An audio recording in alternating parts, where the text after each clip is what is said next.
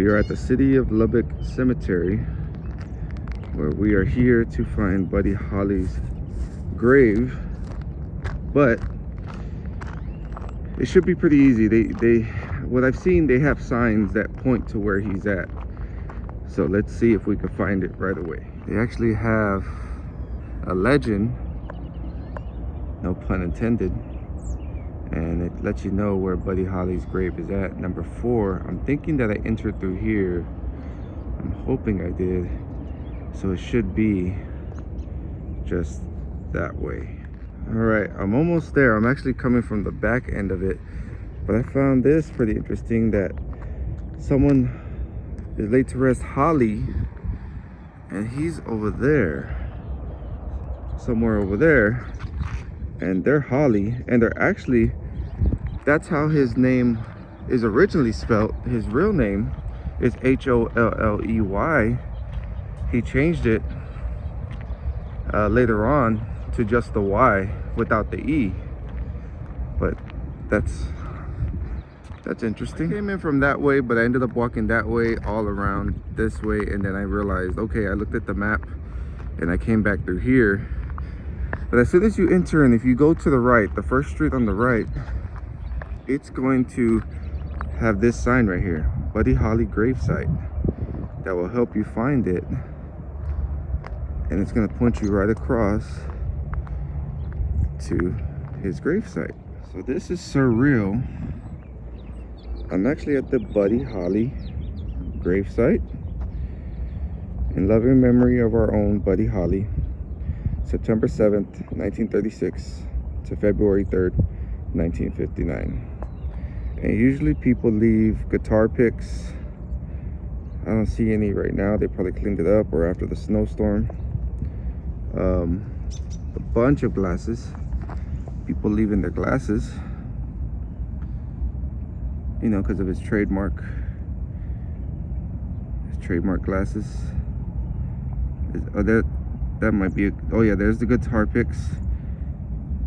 You're supposed to leave a guitar pick so that the music never dies, or the music lives on. Yeah, and his anniversary of his death was just a couple days ago, so a lot of people probably stopped by. So there it is. His name is with the E on his tombstone. That's his actual name, his actual last name, and he changed it, which I got to do research. So at the end of this video, I'll probably have some info for you why he changed it.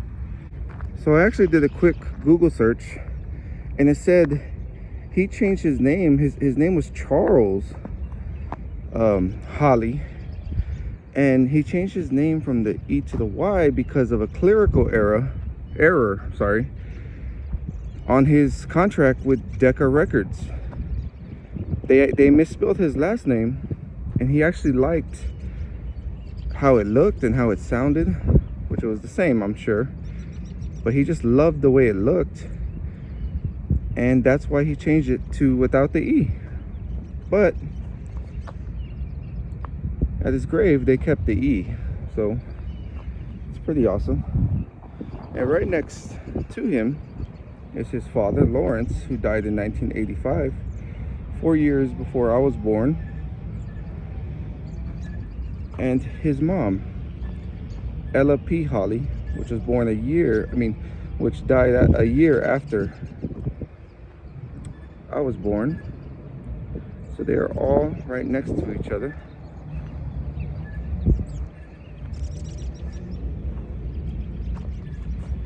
And this is his grave.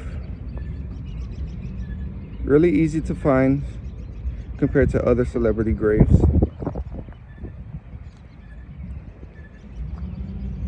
Rest in peace. Now I'm gonna have a personal moment and head back to San Antonio.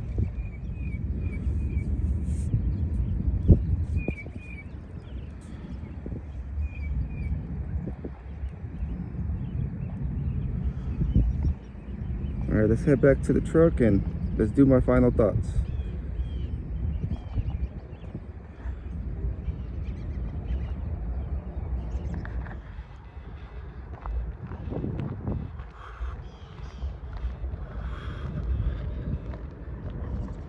All right, walking back to the truck is freezing, but final thoughts.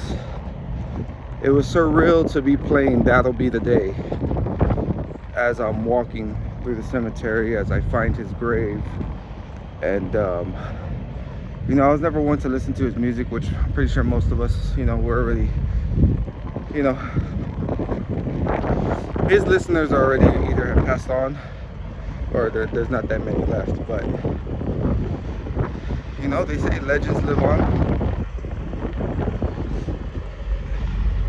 And I don't mean this in a disrespectful way, but something about when you are on the rise and you're about to be something and you pass away at a young age, whether it be Selena Quintanilla, you know, Buddy Holly, Richie Valens, Tupac, Notorious B.I.G.,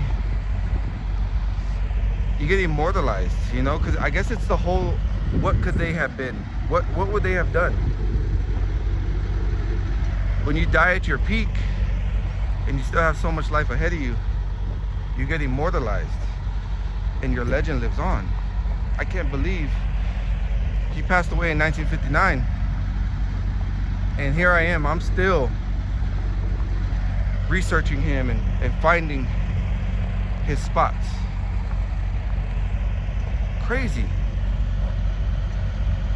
I mean, it's kind of mind-blowing because you do live on.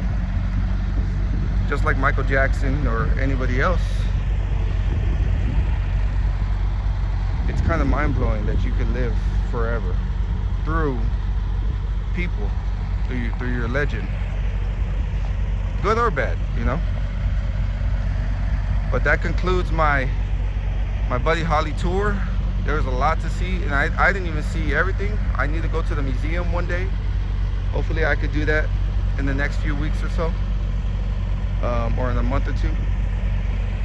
There's a couple houses, you know, that he lived in, some historical spots, but these were the big bangers right here.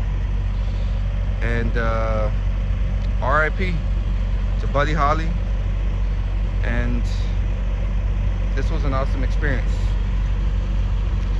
Anyways, y'all have a good day, because that'll be the day that I die.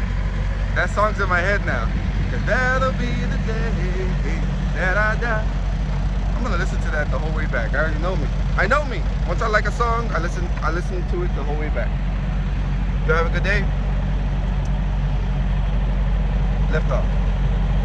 Alright, real quick, I'm looking rough, but I just wanted to update y'all on a little bit of more history that I've learned listening to a documentary that I'm currently listening to. Buddy Holly saw Elvis perform in Lubbock, of all places, Lubbock. And he loved his sound, he loved his style. He got to meet Elvis backstage here in Lubbock. And Elvis heard Buddy sing, like kind of an audition, and invited him to open up for him on tour. History, man. History is amazing. I don't know why anybody would hate history. I mean, it's like storytelling at its finest, because it's the best type of storytelling, because one, it's true, and that's the type of things you kind of can't make up on your own. Think of any historical story, and they're amazing. Life writes the best stories. Put that on a shirt.